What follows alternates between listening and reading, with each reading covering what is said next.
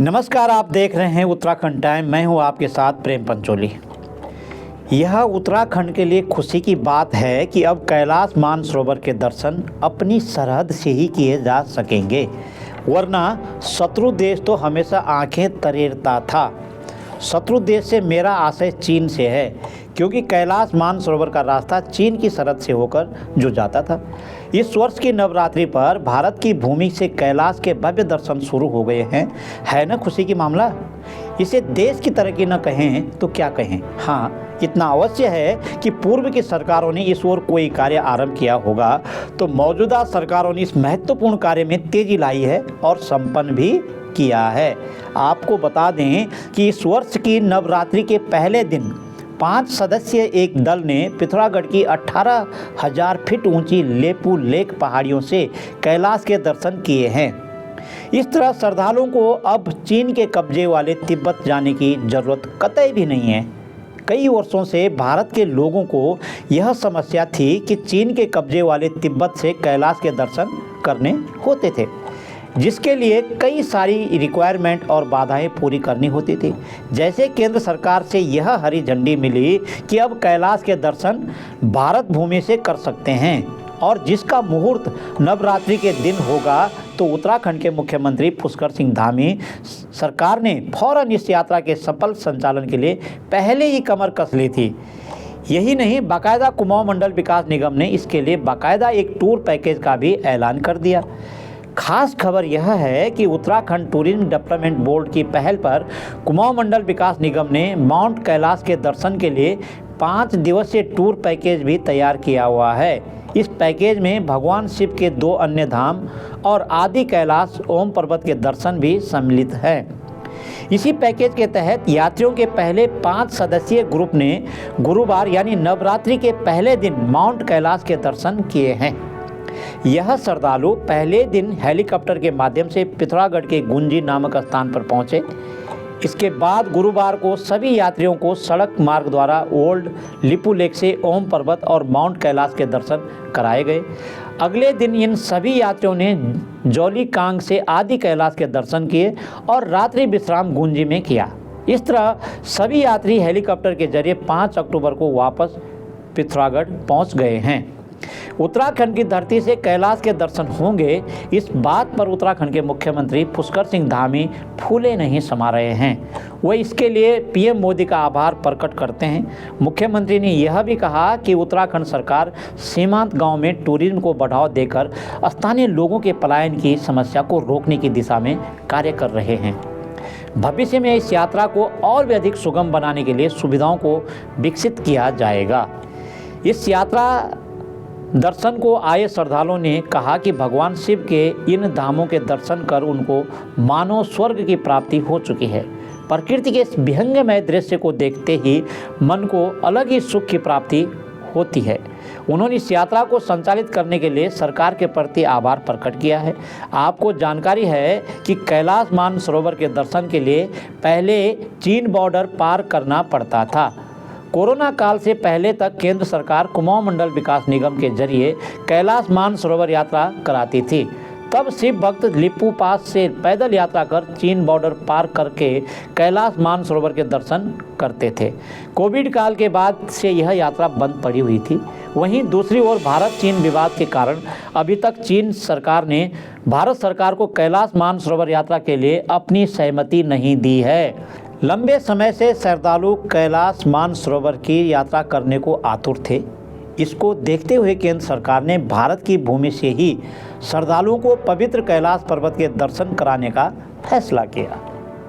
इस रिपोर्ट को सुनकर हर कोई कह सकता है कि कैसे और कहां से कैलाश मानसरोवर के दर्शन करने होंगे, कैसे यह गुत्थी सुलझाई गई है। आपको बता दें कि पिथौरागढ़ जिले में स्थित स्थानीय ग्रामीणों ने 18,000 फीट ऊंची लिपू लेक पहाड़ियों पर व्यू पॉइंट खोजा है, जहां से कैलाश पर्वत स्पष्ट दिखाई देता है। इस तरह ग्रामीणों की सूचना पर पहुंची अफसरों और विशेषज्ञों की टीम ने रोड मैप, लोगों को ठहरने की व्यवस्था, दर्शन के पॉइंट तक जाने का रूट सहित अन्य व्यवस्थाओं के लिए सर्वे कर डाला। अतः केंद्र सरकार की ओर से हरी झंडी मिलने के बाद उत्तराखंड शासन ने 15 सितंबर से ओल्ड लिपू पास को श्रद्धालुओं के लिए खोलने का फैसला लिया। यहाँ एक और सवाल खड़ा होता है।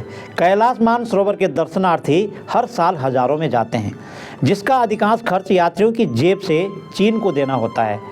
महामारी से पहले लगभग 20,000 भारतीय हर साल कठिन कैलाश मानसरोवर यात्रा करते थे। कैलाश पर्वत 6,675 मीटर की परिक्रमा करने के लिए 53 किलोमीटर पैदल चलना पड़ता है, जिसे हिंदू पुराणों और बौद्ध ग्रंथों में ब्रह्मांड का केंद्र भी कहा जाता है। इधर कैलाश मानसरोवर यात्रा नेपाली टूर ऑपरेटरों के लिए बड़ा बिजनेस है। नए नियमों और बढ़े हुए शुल्क के साथ टूर ऑपरेटर अब रोड ट्रिप के कम से कम 1,85,000 रुपये प्रति यात्री वसूल रहे हैं, जबकि 2019 में सड़क यात्रा पैकेज 90,000 रुपये का था। महामारी के दौरान से बंद रही कैलाश मानसरोवर यात्रा के लिए चीन ने वीज़ा देने शुरू कर दिए हैं, लेकिन इसके नियम बेहद कड़े कर दिए हैं। साथ ही यात्रा पर लगने वाले कई तरह की फीस लगभग दोगुनी कर दी गई है। अब भारतीय नागरिकों को यात्रा के लिए कम से कम 1,85,000 रुपये खर्च करने होंगे। अगर तीर्थयात्री अपनी मदद के लिए नेपाल से किसी वर्कर या हेल्पर को साथ रखेगा तो $300 यानी 24,000 रुपये अतिरिक्त चुकाने होंगे। इस शुल्क को ग्रास डैमेजिंग फीस कहा गया है। चीन का तर्क है कि यात्रा के दौरान कैलाश पर्वत के आसपास की घास को नुकसान पहुंचता है, जिसकी भरपाई यात्री से ही की जाएगी। चीन ने कुछ ऐसे नियम जोड़े हैं जिनसे प्रोसेस कठिन हो गई है। अब हर यात्री को काठमांडू बेस पर ही अपना यूनिक आइडेंटिफिकेशन कराना होगा। इसके लिए फिंगर मार्क्स और आंखों की पुतलियों की स्कैनिंग होगी। नेपाली टूर ऑपरेटरों का कहना है कि कठिन नियम विदेशी तीर्थयात्रियों, विशेषकर भारतीयों के प्रवेश को सीमित करने के लिए बनाए गए हैं। इन नए नियमों में तीर्थयात्रियों को वीज़ा लेने के लिए शारीरिक रूप से उपस्थित होना पड़ेगा। ऑनलाइन आवेदन स्वीकार नहीं होगा, यानी यात्री को पहले चीनी दूतावास के चक्कर काटने पड़ेंगे। उसके बाद काठमांडू या दूसरे बेस कैंप पर बायोमेट्रिक पहचान प्रक्रिया से गुजरना पड़ेगा। वीज़ा पाने के लिए अब कम से कम 5 लोगों का समूह होना जरूरी है। इसमें से 4 लोगों को अनिवार्य तौर पर वीज़ा के लिए खुद पहुंचना होगा। किसी वर्कर को साथ रखने के लिए 15 दिनों की 13,000 रुपये प्रवास फीस भी ली जाएगी।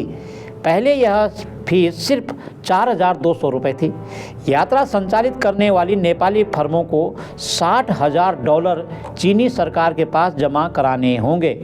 इसमें समस्या यह है कि नेपाली ट्रैवल एजेंसियों को विदेशी बैंकों में धन जमा करने की अनुमति नहीं है। ऐसे में यह फीस कैसे ट्रांसफ़र होगी, इस पर स्थिति स्पष्ट नहीं की गई है। यदि यह सभी प्रकार की स्थिति को देखा जाए तो भारत की भूमि से कैलाश के दर्शन अब आसानी से हो पाएंगे। को सरकार व्यवस्थित और मुफीद बनाए तो उत्तराखंड में स्वरोजगार का एक और द्वार खुल गया है। उत्तराखंड की तरफ से कैलाश मानसरोवर के दर्शन के लिए 2 से 3 हफ्ते का समय लगता है। कैलाश यात्रा 3 अलग अलग राजमार्ग से होती है। पहला लिपुलेखदरा जो उत्तराखंड में है, दूसरा नाथुदरा जो सिक्किम में है, और तीसरा काठमांडू। इन तीनों रास्तों पर कम से कम 14 और अधिकतम 21 दिन का समय लगता है। 2019 में 31,000 भारतीय यात्रा पर गए थे। उसके बाद से यात्रा बंद थी, सो अब खुल गई है, जिससे टूर ऑपरेटरों और पर्यटन व्यवसाय से लेकर कैलाश के दर्शन करने वाले तक में खुशी की लहर है। हमारी यह रिपोर्ट आपको कैसे लगी, कमेंट करके ज़रूर बताइए। अगली कड़ी में राज्य के ऐसे ही किसी खास विषय पर हाजिर होंगे। नमस्कार।